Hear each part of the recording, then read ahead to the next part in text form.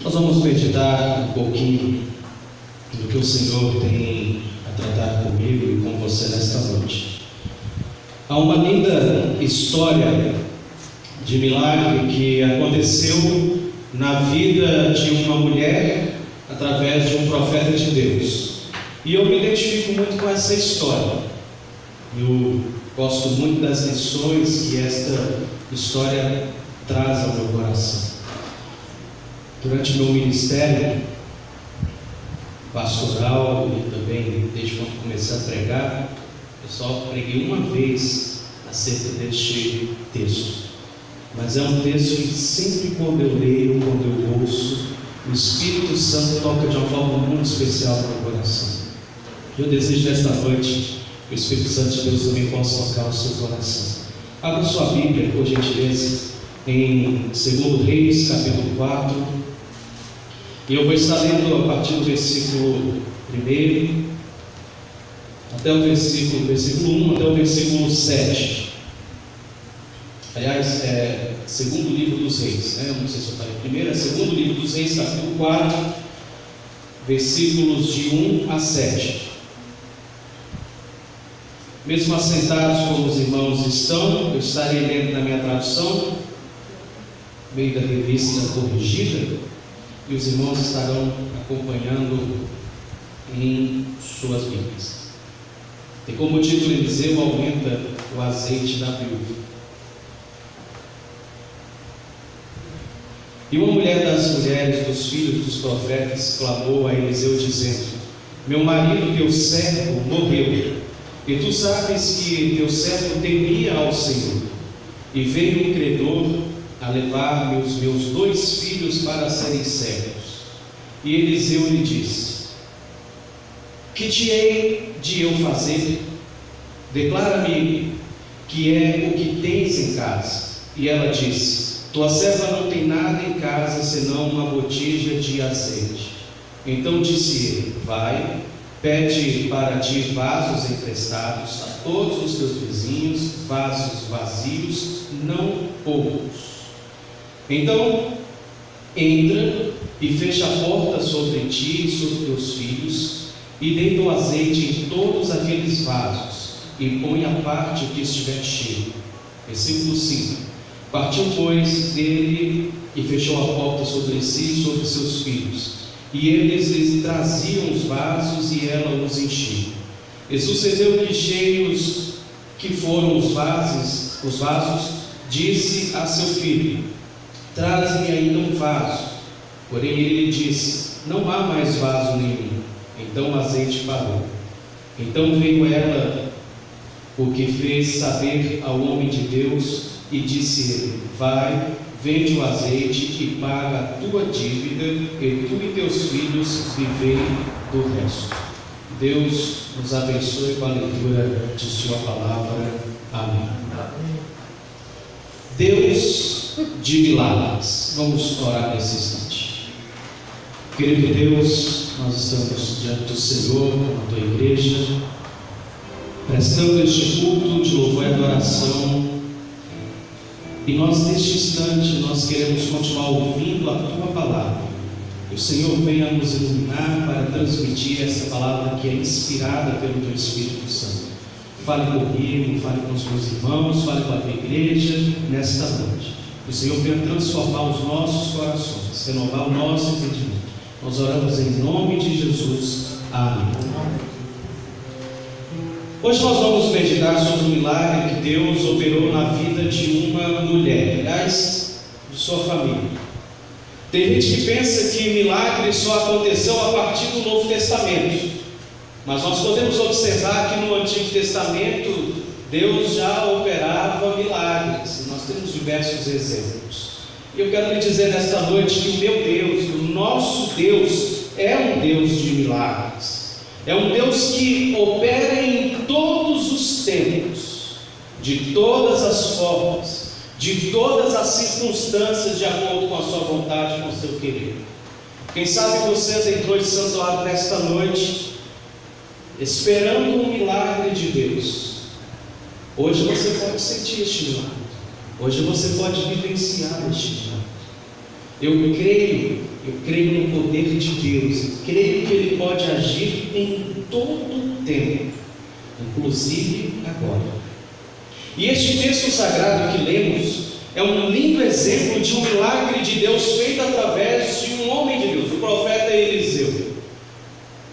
Um milagre através desse profeta feito a uma mulher, a uma senhora, a uma viúva, uma mulher necessitada, uma mulher com péssimas condições financeiras. E nós sabemos, isso não é novidade para ninguém, que ao longo dos tempos nós sempre tivemos diferenças com relação à classe social das pessoas. As crianças desde já estudam nas escolas as mais diferentes condições econômicas dos países, os países desenvolvidos, subdesenvolvidos. Antigamente a matéria que eu estava se chamava estudos sociais, aí depois mudou. Acho que era estudos sociais, geografia, era um mesclado que chamava CBA na minha época.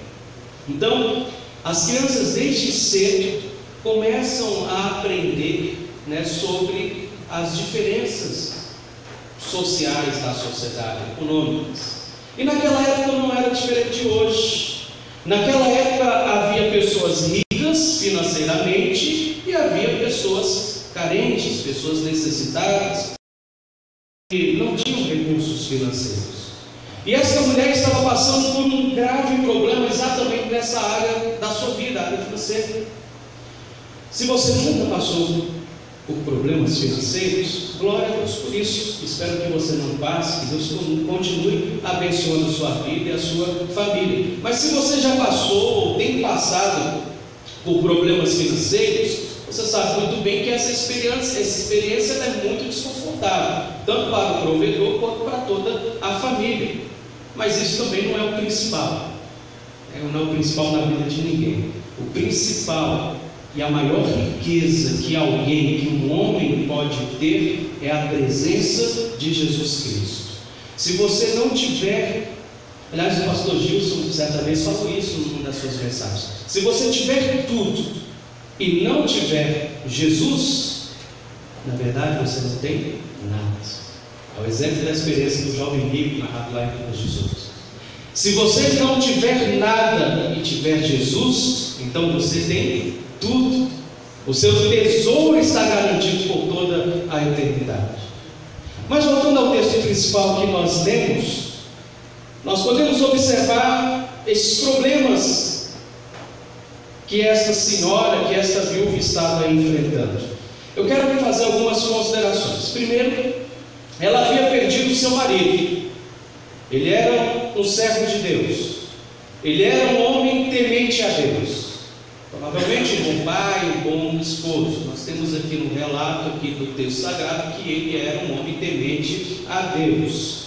Mas ele já não estava mais lá. Ele havia morrido. Ou seja, naquele momento ela sentia ainda a dor do luto. E isso é importante a ser considerado. Uma segunda questão, ela ficou sem o seu sustento financeiro, porque o marido dela, que era o provedor financeiro da casa, já não estava mais lá. A segunda questão importante para a gente entender. Terceira questão, é importante ressaltar que naquela época a mulher não tinha direito de receber a herança do marido ou algum tipo de pensão, e nem era o caso dela. Aliás, ela herdou sim, se podemos dizer assim, ela herdou as dívidas do marido. Então ela estava difícil, isso é fato. E não era somente ela, mas ela também tinha a preocupação de sustentar a sua casa. Ela tinha 2 filhos jovens, provavelmente pré-adolescentes. Mas há uma quarta consideração.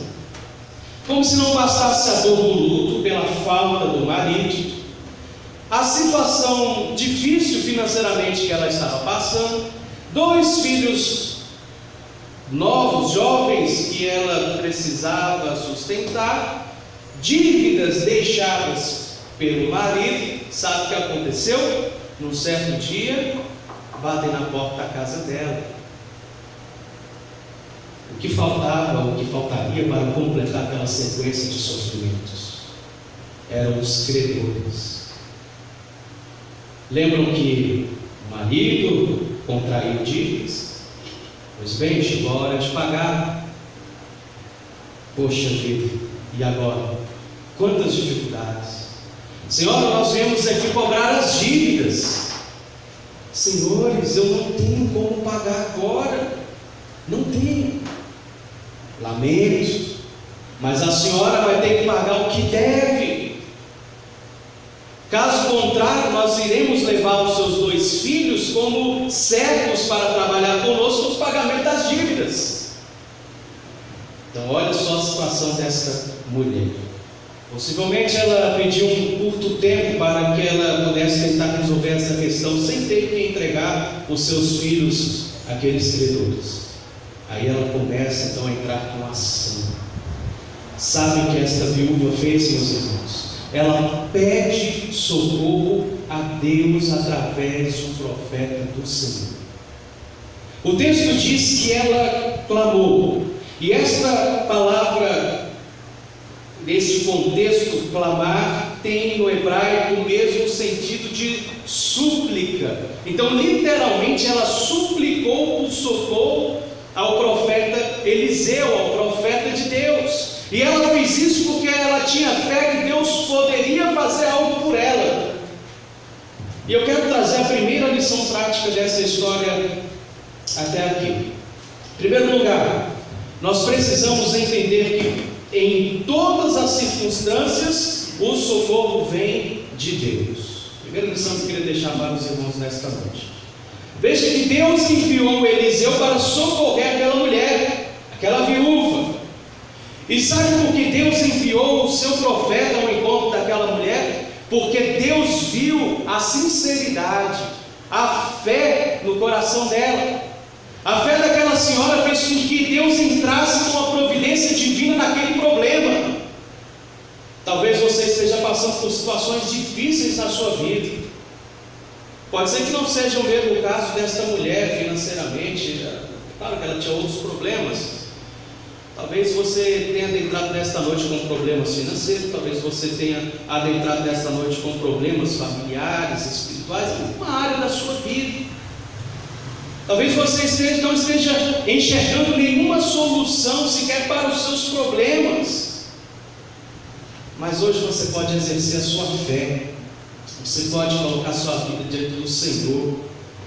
A Bíblia diz que o nosso socorro vem de Deus.